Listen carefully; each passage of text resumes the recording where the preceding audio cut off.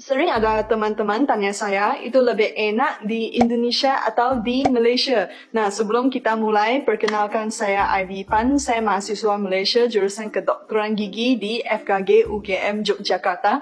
Dan saya udah tinggal di Jogja selama 6 tahun. Jadi banyak teman-teman penasaran, oh kamu orang Malaysia, terus kamu tinggal di Indonesia begitu lama. Jadi menurut kamu ya, itu lebih enak di Malaysia atau di Indonesia? Sebenarnya ada kelebihan dan kekurangan masing-masing dan saya mulai dari Malaysia aja ya.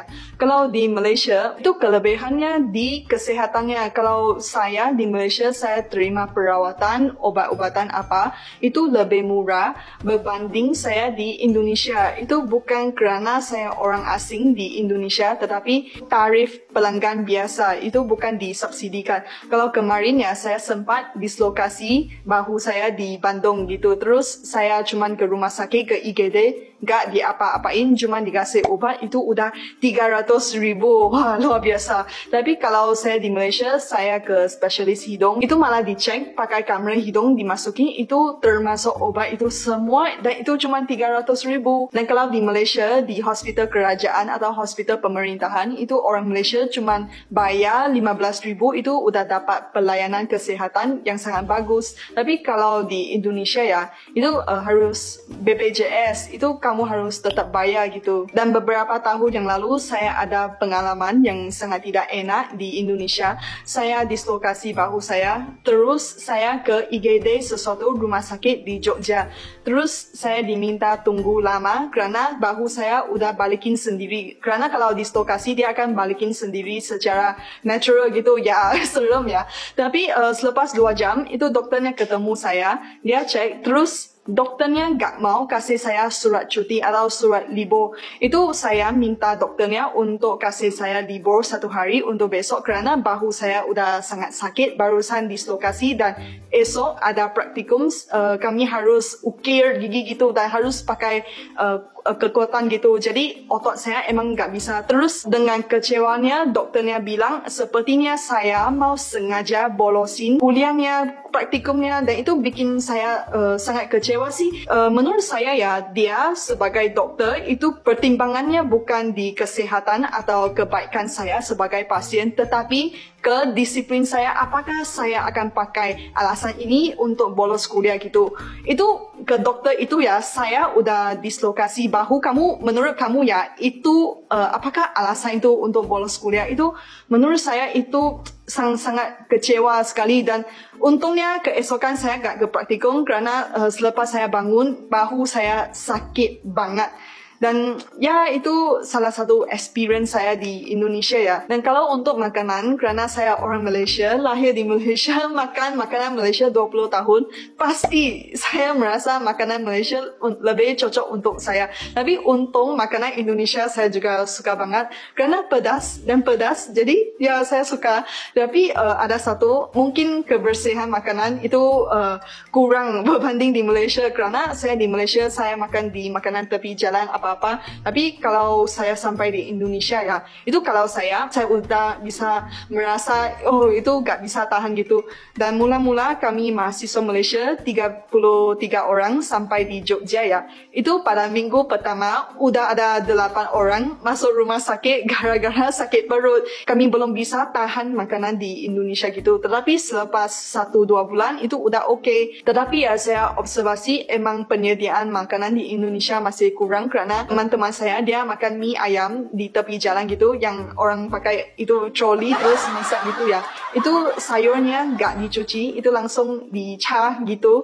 Dan teman-teman pas dia makan itu ada ada pasir gitu.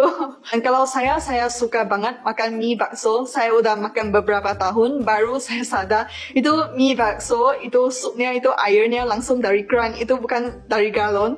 Dan saya merasa kok saya bisa survive, saya bisa hidup beberapa tahun nggak apa-apa gitu. Dan selepas saya tahu, saya kurangin ke warung itu, tetapi kadang-kadang saya juga makan ke sana gitu. Dan untuk barangan tertentu seperti barangan elektronik atau barangan mewah seperti Nike, Adidas, itu lebih murah di Malaysia, kerana kemarin saya lagi membandingkan harga sepatu Nike yang sama di Indonesia sama di Malaysia. Ternyata yang di Malaysia itu lebih murah 300,000 gitu.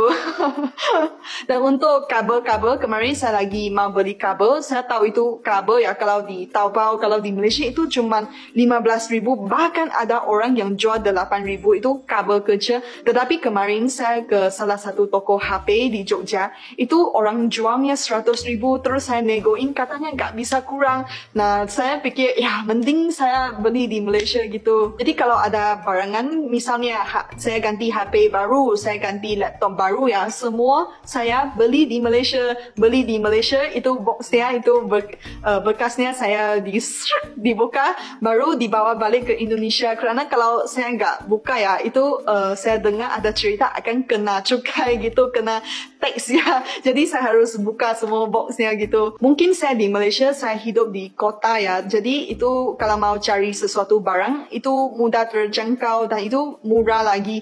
Dan kalau saya di Malaysia, mau ke mana-mana, saya pakai mobil. Jadi enak ya. Kalau saya di Indonesia, saya pakai motor kerana motornya itu lebih enak berbanding kamu pakai mobil kerana sangat macet sekali dan jalannya lebih kecil gitu. Kalau di Malaysia, jalannya lebih lebar. Tapi kalau kamu pakai motor di Malaysia, itu bahaya kerana itu lebih banyak mobil berbanding sepeda motor, sehingga semuanya pakai mobil gitu. Jadi nggak takut hujan, nggak takut matahari. Ngomong tentang cuaca ya, menurut saya Malaysia itu lebih panas. Udah beberapa kali saya bilang di video saya, Malaysia emang lebih panas. Jangan bilang Cameron Highland ya, di Indonesia itu banyak sekali Cameron Highlandnya, sehingga itu udah biasa ya. Itu di utara Jalan Kaliurang, itu udah Cameron Highland sendiri. Itu emang kalau kepanasan Malaysia seperti apa ya, seperti kota Semarang. Kemarin saya main ke Semarang ya, saya merasa wah itu cuacanya emang seperti Malaysia, panas. Kalau menurut saya ya, saya merasa orang Indonesia itu lebih ramah. Kalau di Malaysia itu orang-orang di tempat otoritas seperti satpam itu, menurut saya mereka sangat kasar berbanding satpamnya di Indonesia. Nah, kemarin saya ke Bank Mandiri di Jogja, pas saya masuk pintunya, satpamnya datang menyapa, datang salam, tanya saya mau apain gitu, terus bantu pencet tombol yang betul, ambil nomor antrian, dan saya cuma tinggal tunggu. Tetapi pas saya di Malaysia, pas saya ke banknya, saya masuk terus kerana saya mau aktifkan akaun bank saya ya. Jadi saya nggak tahu mempencet tombol apa. Selepas saya misalnya pencet tombol A, terus saya antrian 1 jam, pas udah sampai saya baru dikasih tahu, kamu pencetnya salah, kamu harus pencet tombolnya B. Terus saya antrian lagi. Saya merasa kalau ada orang di sana membantu, kasih tahu, kamu harus pencet tombol mana, kan itu lebih enak. Tetapi satpamnya di Bank Malaysia itu lebih ke orang yang tua, mereka lagi pegang itu senjata, ngantuk di sana. Nah itu kalau Malaysia ya, itu kekurangan orang yang mau menjadi satpam gitu. Jadi satpam di Malaysia itu rata-rata orang yang tua, orang yang kurang pendidikannya, jadi kasar, dan itu biasanya diisi oleh orang Bangladeshi. Itu berbeda dengan satpam di Indonesia. Itu satpamnya emang benar-benaran sangat membantu. Nah itu satpamnya semua mas-mas ganteng gitu. Itu bukan seperti satpam di Malaysia itu mas-mas pak-pak yang tua. Dan kalau di Malaysia itu safety-nya, keamanannya itu kurang ya. Jadi kalau kalian pernah main ke rumah orang Malaysia, itu pasti pintunya, tingkapnya ada grill, ada logamnya. Biar itu malingnya gak masuk ke dalam rumah gitu. Karena kalau tingkapnya gak kira sebesar apa, sekecil apa, kamu gak pasang grill, itu nanti malingnya akan masuk. Itu dari tingkap tingkap kamar mandi itu juga bisa masuk mereka walaupun kecil gitu. Kalau rumah di Indonesia itu gak butuh grill. Mula-mula saya sampai di Jogja, saya kaget, kok semua rumah-rumah seperti. Saya tahu itu di Indonesia gak 100% aman, di Malaysia gak 100% bahaya, tetapi kalau mau membandingkan ya, saya merasa di Indonesia itu lebih aman. Kerana kemarin ya, saya lagi main futsal gitu, terus ada satu mas gitu, namanya Fit, dia asli Makassar, dia datang lagi ngobrol dengan saya, kenalan dengan saya gitu. Terus saya juga kenalan dengan dia, dan dia bilang, kamu besok mau jalan-jalan gak? Terus saya kaget itu gak kenal 5 menit saya udah setuju mau jalan-jalan dengan Fit dan saya malah ajak teman Jepang saya namanya Sayaka. Kami berdua sama Fit dan Ganesha, 2 cewek asing dan 2 cowok Indonesia. Kami main ke pantai selatan di Jogja gitu. Dan selepas saya dolan habis, sekarang saya fikir balik ya, waduh kalau di Malaysia kamu kayak gitu habis itu ceweknya habis gitu. Ternyata digituin di Indonesia aman ya. Kamu kenalan cowok baru, kamu dolan dengan cowok itu baliknya juga aman. Itu saya gak berani coba seperti itu di Malaysia. Dan kemarin ada cerita, ada satu cewek hampir digituin di kosnya oleh cowok jahat gitu. Itu diviralkan di WA grupnya, dijadiin satu message, diviralkan di line di WA group. Dan saya kaget kerana saya lihat dari respons orang Indonesia how seperti ini ya, itu bisa menggoncangkan satu kota gitu. Dari respons orang Indonesia saya bisa lihat ya how seperti ini sangat serius gitu. Apakah perbezaan antara keamanan Singapura sama Jogja? Kalau di Singapura ya, itu keamanan itu diketatkan kerana undang-undang. Kalau di Jogja ya, itu aman kerana itu ada kesadaran civic oleh orang Jogja. Kalau kemarin saya naik Gojek jam 1 pagi sampai di rumah aman. Dan kemarin saya pengen ke bandara jam 4 pagi naik Go-Kart aman juga. Dan ada lagi kemarin saya lagi bawa teman Malaysia saya, kami naik sepeda motor lagi main-main di Pacitan. Kalau di dekat Sungai Marun ya, kemarin beberapa tahun yang lalu lagi dibikin jalan baru aspal gitu. Jadi jalannya lagi jelek dan Google Map-nya dibawa kami ke sana. Dan kerana motor saya udah sampai satu tahap gak bisa maju, gak bisa mundur, maka kami terjebak di sana sehingga ada 2 mas. Mereka pekerja yang lagi bikin jalan itu, mereka lihat kami 2 cewek asing terjebak di sana.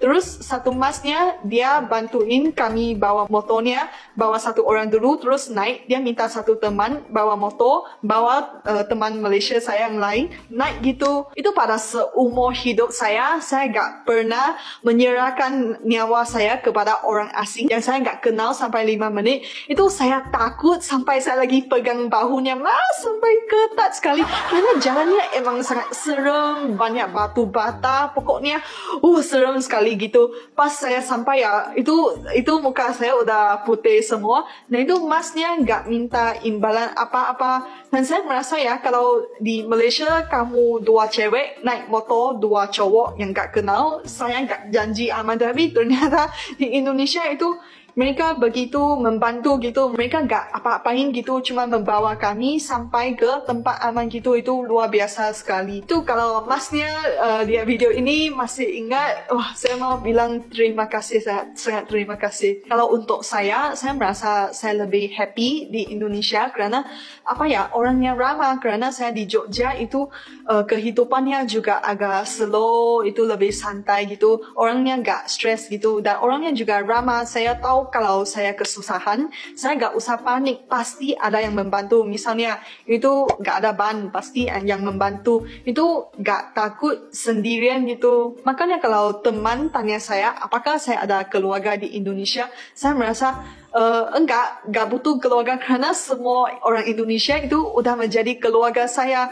Itu luar biasanya di sini kalau orang Indonesia tahu kami orang asing sendirian di Indonesia, itu mereka mengambil tanggungjawab sebagai keluarga tanpa hubungan darah kepada kami. Dan kalau saya di Jogja ya, itu orangnya banyak senyum, banyak ramah. Jadi itu kamu kalau keluar, kamu ketemu orang, kamu bukan stres, kamu malah seneng ketemu orang. Kalau untuk saya ya itu sangat penting kerana saya introvert, saya jarang mau keluar kenal orang. Tetapi kalau saya di Jogja, saya keluar, saya makan, ketemu ibu warungnya, terus saya ke kampus, ketemu dosen, ketemu teman-teman saya. Itu pas saya sampai ke kos, itu saya jadi gembira gitu. Saya merasa ya semua orang di Jogja itu sangat nice sekali sehingga kamu seperti hidup di paradise, di surga gitu, di mana semua orang sangat santai, semua orang sangat nice, semua positif aja. Jadi kamu gak usah ke syurga, itu syurganya udah ada di bumi, itu kota Jogja. Dan kalau untuk tempat wisata ya, saya merasa Indonesia, wah itu luar biasa sekali. Indonesia ada 17,000 pulau dan begitu panjang pantainya. Itu berbanding Malaysia ya. Maaf ya, itu tidak bisa dibandingkan karena Malaysia juga ada keindahan sendiri. Tetapi kalau kamu mau dibanding dengan Indonesia, Indonesia di sini, Malaysia di sini. Itu karena keindahan Indonesia itu luar biasa. Ada gunung berapi, itu pantai, itu pulaunya, itu seperti pantainya di Espanyol, di Greek gitu. Kamu gak usah ke Eropa, kamu tinggal ke Indonesia aja, kamu udah dapat semuanya. Saya merasa kalau tempat wisata di Malaysia terlalu dipaksakan, itu kalau mereka mau menjadikan tempat wisata itu tidak natural gitu. Itu mereka kasih lukisan dinding terus dicat warna-warni gitu. Itu gak natural seperti Indonesia. Itu walaupun infrastrukturnya kurang, tetapi tetap keindahannya ada. Jadi wisatawan asing tetap datang. Kalau saya di Malaysia ya, saya merasa biasa-biasa aja. Mungkin apakah saya udah biasa atau gimana, tetapi saya membandingkan ya emang biasa aja. Kamu bayangkan ya, kalau saya di Jogja, itu saya bangun pagi, dari kos saya bisa lihat Gunung Merapi. Setiap hari saya lihat Gunung Merapi. Tapi kalau di Malaysia, saya merasa biasa aja. Itu pantainya ya biasa. Kalau pantai yang cantik ya ada, itu tempat wisatanya, pulaunya yang sangat jauh gitu. Kemarin saya main ke Semporna di Sabah, saya merasa ya biasa aja. Gimana mau membandingkan dengan Indonesia?